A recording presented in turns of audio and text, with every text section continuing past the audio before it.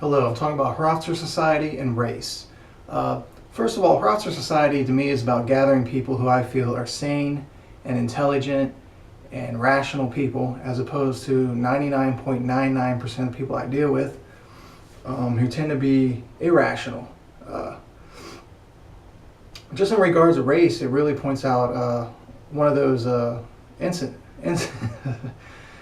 instances where a lot of people are irrational. On one hand, you have mainstream society, whether liberal or conservative.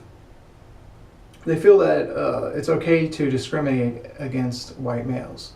They feel it's okay to have affirmative action or white guilt and talk about how whites are such horrible people. Conservatives like Fox News might throw a few tokens towards white people and argue in their defense occasionally, but as a whole, they're not really opposing the discriminatory policies and things like that, and they certainly are not. They're not making a loud voice in opposition. They just throw a few little tokens for entertainment to their audience. And on the other hand, you have white nationalists who go online and talk about how stupid blacks are, or how much they hate Jews, or something really stupid. And I think all of them are missing the point. The argument is always framed in a way that really doesn't make a lot of sense. The argument's always framed that, white people are the majority, white people have all the power, white people have all the money. And, try telling that to somebody who's living on the streets, some white male that's living under a bridge. Where's his power and money? Where's his privilege at, If he had so much privilege, why is he living under a bridge, And even people who are really smart, there's even white males who score really high on IQ tests and SAT scores and are living below poverty line. Whereas you do not see that. You do not see a statistically significant number of non-whites or even females that score well on tests who are living in poverty. So that is one statistic that's out there that you can look up. Of course, it's put in the underground world because the mainstream media is not going to pick up on that. But it's really the white bashing really is based on lies. But I'm going to tell you an example of what got me interested in race. Originally was in high school, senior year, language arts class. We were given some sheets of paper about college grants, and I was kind of excited about it. I was like, I want to see what grants I qualify for. They said almost everybody qualifies for a grant. There are about 2 grants at the top of the table, at the top of the list, that were for people who have straight A's. Okay, the rest were all for minorities, or blacks only, or Latinos only, or women only, or something like that. Well, the fact is, that was the first time that I kind of felt a little upset about, the race issue in the United States, where I felt like I'm being excluded from normal society, from privileges that, the other 98% of people have. And that's one thing I think people miss here, is that you're dealing with wealthy people. They're not really victimized by the discrimination. So, maybe the 30% or 50%, well, even really the 50%, half the people who are above average in wealth really have no concern. Even maybe 60%. The only people who are really around poverty level or lower income, maybe lower middle class or things like that, working class. Those are the only people who are really affected by this. Other people have money. They don't have to. It's not so much of an issue. So right there, you're eliminating 60% of the people. Bill Gates doesn't have to worry about being discriminated against due to affirmative action. These people have connections, they have friends and things like that as well. They're born into wealth, privilege, power, prestige. George W. Bush, his dad being president, things like that. When you're dealing at the upper level, you can definitely say, yeah, there is an argument for white privilege among the super elite and super wealthy and royalty and things like that. Maybe they should be the ones who, but they're not the ones who suffer from affirmative action, not in any large extent. It's the low income white males. And women seem to be they seem to have privileges as well. So that's half the population.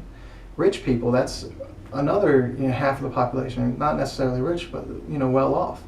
So now we've narrowed it down to 25% of the population. But half the people, school age, more than half the school age children are minorities.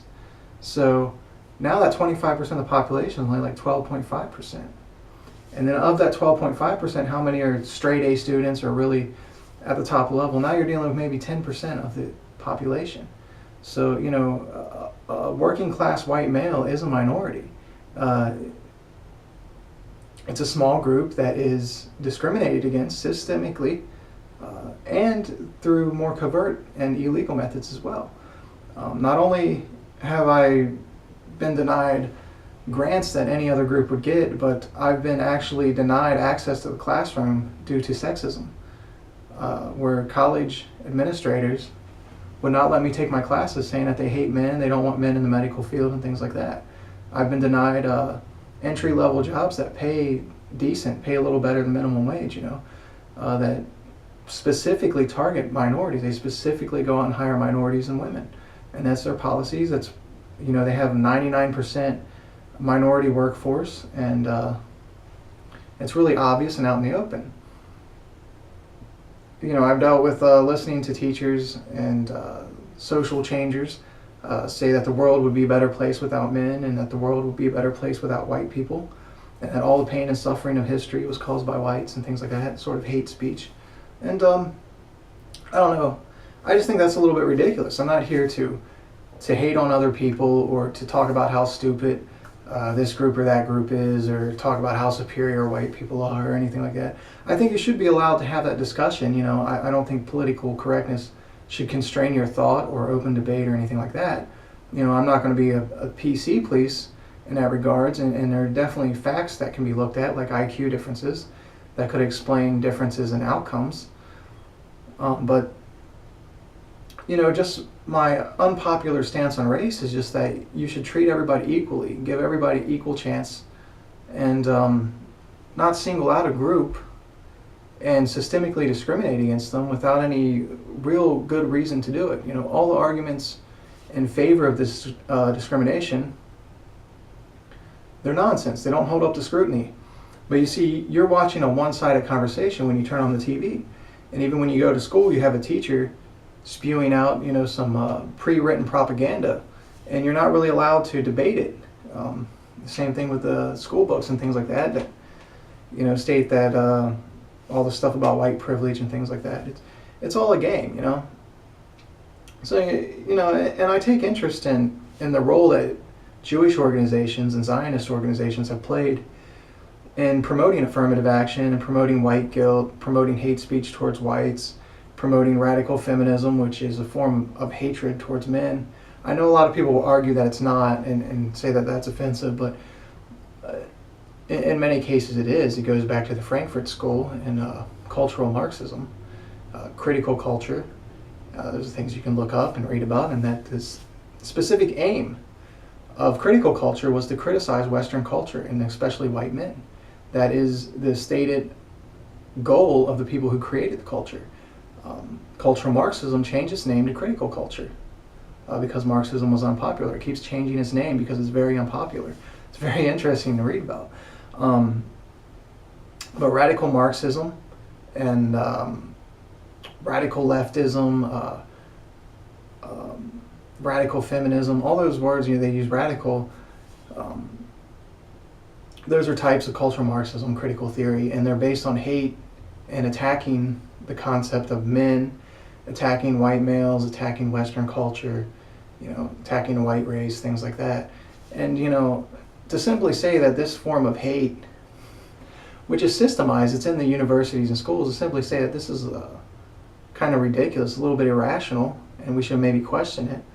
It's not the same to say, you know, let's hate on other people or things like that. So I sort of see like both sides are equally ridiculous in many ways. And it seems like I'm almost alone here in just voicing an opinion that, you know, we should have a fair and equal society, but that includes being fair and equal to white males as well. So that's where I really have a strong interest in creating an advocacy group, you know, creating and promoting tribalism for white people, and even maybe a white male counseling group or a group where white males can get together and who feel really kind of isolated and feel like other people don't understand the way they've been victimized and set back and harmed by society and social institutions and systemic discrimination, media, things like that.